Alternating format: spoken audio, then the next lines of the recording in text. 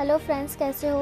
आज मैं रियो मूवी का सेकंड पार्ट एक्सप्लेन करूंगी। अगर आपने फर्स्ट पार्ट नहीं देखा तो लिंक डिस्क्रिप्शन बॉक्स में है, आप वहां जाकर देख सकते हो। मूवी की स्टार्टिंग में सभी बर्ड्स डांस करते हुए दिखाते हैं। वहाँ ब्लू और जोएल भी डांस कर रहे थे क्योंकि आज न्यू ईयर था। साथ ही ब्लू और जोएल के 3 बच्चों को भी दिखाया गया है जो एक बर्ड को रॉकेट में बांधकर उड़ाने वाले थे। ये तीनों बच्चे बहुत ही शैतान थे। तभी वहाँ ब्लू आकर बर्ड्स को छुड़ा देता है, लेकिन वो खुद रॉकेट में फंस जाता है और अनलकीली रॉकेट में आग भी लग जाती है, जिसकी वजह से ब्लू रॉकेट के साथ आसमान में उड़ जाता है। और ये सब जोएल और उसके बच्चे नीचे से देख रहे होते हैं। रॉकेट फटने के बाद ब्लू नीचे आता है और पूरी फैमिली गले लगकर खुश होती है। इसके बाद अमेज़न जंगल में लिंडा और उस डॉक्टर को दिखाते हैं। डॉक्टर का नाम टूलियो है। अब लिंडा ने टूलियो से शादी कर ली थी। ये दोनों अमेज़न के जंगल में एक रिसर्च के लिए आए थे। अचानक उनकी बोट एक झरने में फंसकर नीचे गिरने लगती है। वो दोनों तो बच जाते हैं, लेकिन बोट टूट जाती है। तभी उनके पास एक ब्लू पैरट का पंख गिरता है, जिसे देखकर लिंडा और टूलियो बहुत खुश हो जाते हैं। इसके बाद ब्लू और जोएल को दिखाते हैं जो टीवी पर न्यूज देख रहे होते हैं। अचानक से न्यूज में लिंडा को देखकर ब्लू काफी खुश हो जाता है और उन्हें पता चलता है कि अमेज़न के जंगल में लिंडा को ब्लू पैरट का पंख मिला है।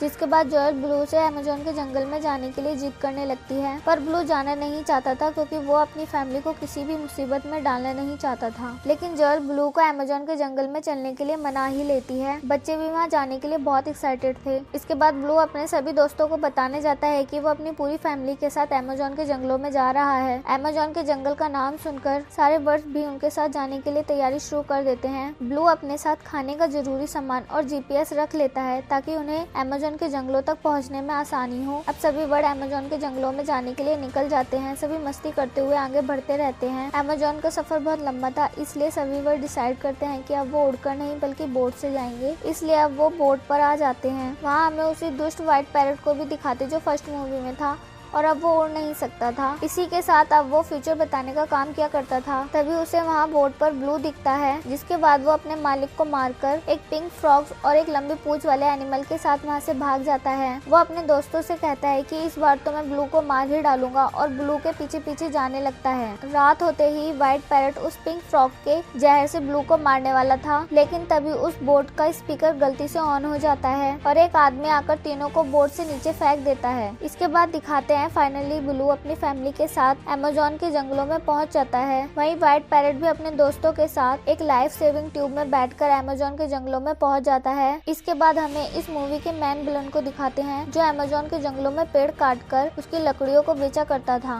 लिंडा और टूलियो इसी मिशन के लिए आए थे कि वो पता लगाए आखिर अमेज़न के जंगल में पेड़ इतने कम क्यों होते जा रहे हैं। इसलिए विलन अपने कुछ आदमियों को लिंडा और टूलियो को मारने के लिए भेजता है ताकि उसके धंधे के बारे में किसी को पता ना चले। दूसरी तरफ ब्लू अपनी फैमिली के साथ अमेज़न के जंगल में पहुंचकर बहुत खुश था। सभी जंगल के मजे ले रहे थे, अलग अलग तरह की चीजें देखकर खुश थे। लेकिन ब्लू थोड़ा डरा हुआ भी था क्योंकि इतना घना जंगल उन सभी ने पहली बार देखा था। ब्लू का ये डर थोड़ी ही देर में सच भी हो जाता है क्योंकि वहाँ कोई उसे उड़ाकर अपने साथ ले जाता है। जोएल और बाकी बर्ड्स भी ब्लू के पीछे भागते हैं। ब्लू चिल्ला रहा था, उसकी आवाज लिंडा पहचान लेती है। वो भी टूलियो के साथ ब्लू को ढूंढने निकल जाती है। वो बर्ड्स ब्लू को उड़ाकर एक बहुत बड़े झरने के पीछे ले जाते हैं और यहाँ हमें पता चलता है कि ब्लू को जो उड़ाकर लाया था वो बहुत सारे ब्लू पैरट का सरदार था। जोएल और बाकी बर्ड्स भी ब्लू के पास पहुँच जाते हैं। ब्लू पैरट्स का सरदार ब्लू पर गुस्सा करता है। वो उससे कहता है कि तुम हमारे इलाके में क्या कर रहे हो। तभी जोएल सामने आकर ब्लू को बचाती है और उस सरदार को बहुत उल्टा सीधा सुनाती है। इसी बीच जोएल को पता चल जाता है कि ये सरदार तो मेरे फादर हैं। इसके बाद वो दोनों गले लगते हैं। सरदार को लगता था कि उसकी बेटी उन्हें छोड़कर चली गई है, लेकिन जोएल उसे बताती है कि वो बचपन में उड़ती उड़ती कहीं खो गई थी, इस वजह से वो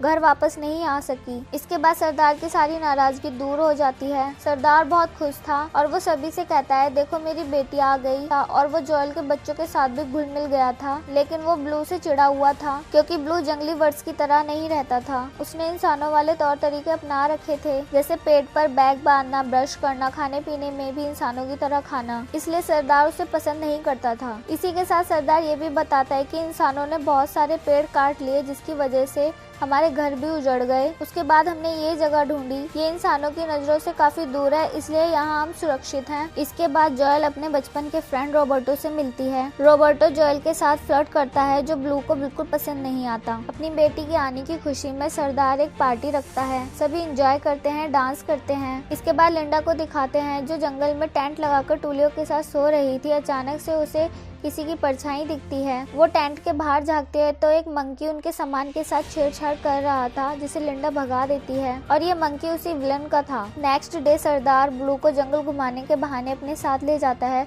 और ब्लू का टेस्ट लेने लगता है। ब्लू एक भी टेस्ट में पास नहीं हो पाता, जिसके बाद सरदार ब्लू को ताने मारते हुए कहता है कि रॉबर्टो ने ये सारे टेस्ट एक ही बार में क्लियर कर लिए थे, तुमसे यही नहीं हो पाया तो तुम मेरी बेटी और उसके बच्चों का कैसे ख्याल रखोगे। तभी उन्हें वहाँ पेड़ों को काटने वाले लोग दिखते हैं। ब्लू सरदार से कहता है हमें इसके बारे में लिंडा को बताना चाहिए, लेकिन सरदार ब्लू पर गुस्सा करता है और कहता है हमें इंसानों पर भरोसा नहीं करना चाहिए, उन्हीं की वजह से हमारे घर उजड़ गए। ब्लू कहता है लिंडा अच्छी लड़की है, वो हमारी मदद करेगी। सरदार ब्लू को उल्टा सीधा बोलकर वहाँ से उड़ जाता है और ब्लू की एक बात नहीं सुनता। दूसरी तरफ लिंडा और टूलियो को भी वही पेड़ काटने वाले मशीनों की आवाज सुनाई देती है। जब वो वहाँ पहुँचते हैं तो कुछ लोग पेड़ काट रहे होते हैं। टूलियो और लिंडा उन्हें रोकने आते हैं, लेकिन वो लोग उन दोनों को पकड़कर एक पेड़ में बांध देते हैं ताकि कोई जानवर आकर उन्हें खा ले। एक दिन ब्लू को सपने में ब्राजील अखरोट दिखते हैं, जिसके बाद ब्लू जोएल को खुश करने के लिए ब्राजील अखरोट की तलाश में निकल जाता है। उसे अखरोट मिल जाते हैं, लेकिन रेड पैरेट के इलाके में, जिसके बाद एक मैच रखा जाता है रेड वर्सेस ब्लू, और जो भी टीम इस मैच में जीतेगी उसे ब्राजील अखरोट के सारे पेड़ दे दिए जाएंगे। मैच के लिए एक स्टेडियम रेडी किया जाता है, वहाँ रेड और ब्लू सारे पैरेट्स थे। अब मैच शुरू होता है, जिसमें रॉबर्टो की टीम फर्स्ट गोल करती है। उसके बाद रेड पैरेट अपनी शानदार स्किल से गोल करती जाती है और ब्लू पैरेट हारने वाले होते हैं। तभी ब्लू भी बहुत ही स्टाइल से आकर अपनी एक ही किक में गोल कर देता है और सब देखते ही रह जाते हैं, लेकिन ब्लू ने गलती से अपने ही गोल में गोल कर दिया था, जिसके बाद रेड टीम जीत जाती है और उन्हें ब्राजील अखरोट के सारे पेड़ दे दिए जाते हैं। इसके बाद सब ब्लू से गुस्सा हो जाते हैं और सरदार ब्लू पर गुस्सा करके कहता है तुम्हें क्या जरूरत पड़ी थी अखरोट लेने जाने की। सरदार ब्लू को सुनाने का एक भी मौका नहीं छोड़ता। ये सब अब ब्लू से बर्दाश्त नहीं हो रहा था, इसलिए वो जोएल से कहता है मैं यहाँ के तौर तरीकों को अपना नहीं पा रहा, हमें वापस अपने घर चलना चाहिए। लेकिन जोएल को यहीं रहना था, इतने सालों बाद उसे उसके फादर मिले थे, खोई हुई फैमिली मिली थी, इसलिए वो यहाँ से जाना नहीं चाहती थी। इसी बात के पीछे ब्लू और जोएल की लड़ाई हो जाती है। इसके बाद ब्लू जीपीएस की मदद से लिंडा को ट्रेस कर लेता है और उसे ढूंढने निकल जाता है। सरदार ने रॉबर्टो को ब्लू पर नजर रखने के लिए लगा रखा था, इसलिए रॉबर्टो ब्लू के पीछे जाता है, लेकिन ब्लू को पता लग जाता है कि रॉबर्टो उसका पीछा कर रहा है। यहाँ रॉबर्टो और ब्लू की बहस हो जाती है, क्योंकि रॉबर्टो ब्लू को गद्दार बोलता है। तभी वहाँ पेड़ काटने वाली मशीन आकर अटैक करने वाली होती है, लेकिन ब्लू रॉबर्टो को बचा लेता है, जिसके बाद ब्लू रॉबर्टो का हीरो बन जाता है। ब्लू रॉबर्टो से कहता है जाओ बाकी पैरेट्स को सावधान करो, और खुद लिंडा को ढूंढने निकल जाता है। फाइनली ब्लू को लिंडा और टूलियो मिल जाते हैं और वो जल्दी से उन्हें खोल देता है। इसके बाद उस जगह जाता है जहाँ बहुत सारी मशीनें थी, वो पेड़ों को काट रही थी। ये सब देखकर ब्लू बहुत हर्ट होता है। रॉबर्टो सभी को जाकर बताता है कि किस तरह ब्लू ने उसकी जान बचाई और इंसानों के हमले के बारे में अलर्ट करता है। सरदार सबको यहाँ से भागने के लिए कहता है, लेकिन जोएल इस जगह से जाने के लिए मना कर देती है। सरदार जोएल से कहता है मैं दोबारा अपनी फैमिली को खोना नहीं चाहता, लेकिन जोएल कहती है मेरी फैमिली ब्लू है और मैं उसके बिना कहीं नहीं जाऊंगी। तभी ब्लू वहाँ आ जाता है। जोएल उसे देखकर बहुत खुश हो जाती है। इसके बाद ब्लू सरदार को समझाता है कि हमें इंसानों को समझाना होगा और वो नहीं समझेंगे तो हमें उनसे लड़ना भी होगा,